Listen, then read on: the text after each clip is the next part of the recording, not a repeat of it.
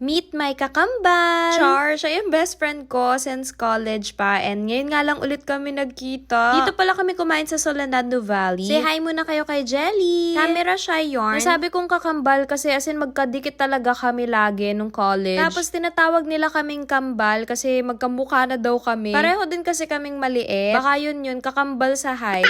Ngayon lang ako nagstay out ng ganito ka-late without Daddy B and Sophie. Wala na nga kaming matambayan kaya lumipat kami dito at kumain ng bingsu. Di pa kasi talaga tapos yung chismisan namin. Nag-travel din pala siya recently sa US and Japan kaya ang dami niyang pasalubong sa amin. Ninang din pala siya ni Sophie. Love yan. So sweet naman ng Ninang Jelly. Ang daming pasalubong. Drip pack coffee.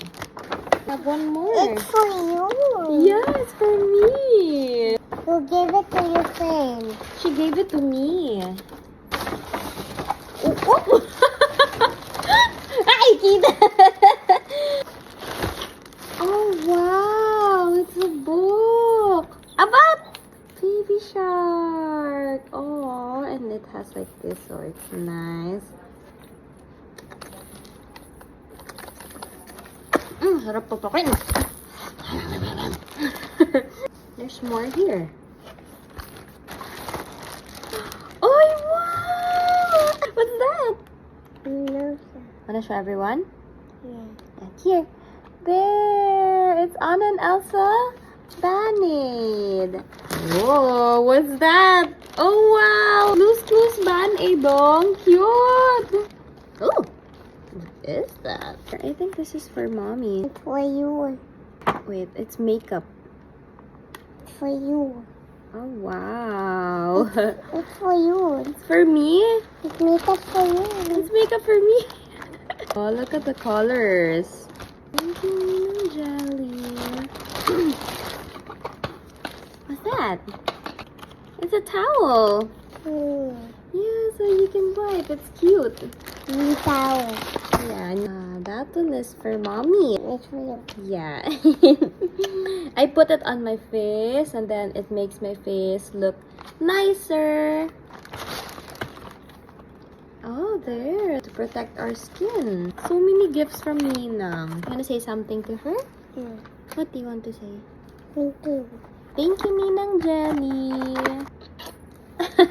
Look! It's baby whale splashing water with its big tail. Inaumagahan na pala yan nung nagbukas kami. After opening the gifts, ayan, pumunta na kami sa hospital. Saturday pala to and grabe, ang dami palang tao kapag weekend sa hospital. Usually kasi weekday kami talaga pumupunta. Ngayon lang na tiyempo na weekend. While waiting, ayan, nagdo-drawing lang si Little Donya. Yung nangyari nga dito, halos katabi lang namin tapos biglang pinalo yung anak. Naglilikot kasi yung anak niya, tapos muntik matisod si Sophie. Although yun, kasi palakad-lakad din naman si Sophie. Pero grabe, shock na shock talaga yung itsura ni Sophie nung nakita niyang hinampas nga yung bata nung nanay niya. Medyo malakas din kasi. So, ginawa ko, kinuha ko muna si Sophie, tapos nilakad-lakad ko muna siya and dun ko in-explain sa kanya yung nakita niya. Yung doctor pala ni Sophie, si Doc Lawrence Yoson. Sobrang bait niya, love na love siya ni Sophie kahit na ini-injectionan siya. Naintindihan din naman kasi niya kung para saan yung binibigay sa kanya. Pag-uwi namin, maya-maya nga at dumating na din sila Lolo and Lala. Naku, excited nga to si Sophie na ipakita yung room niya kay Lolo and Lala niya. Nakakatawa nga to si Lolo, hindi niya alam binivideoan ko siya.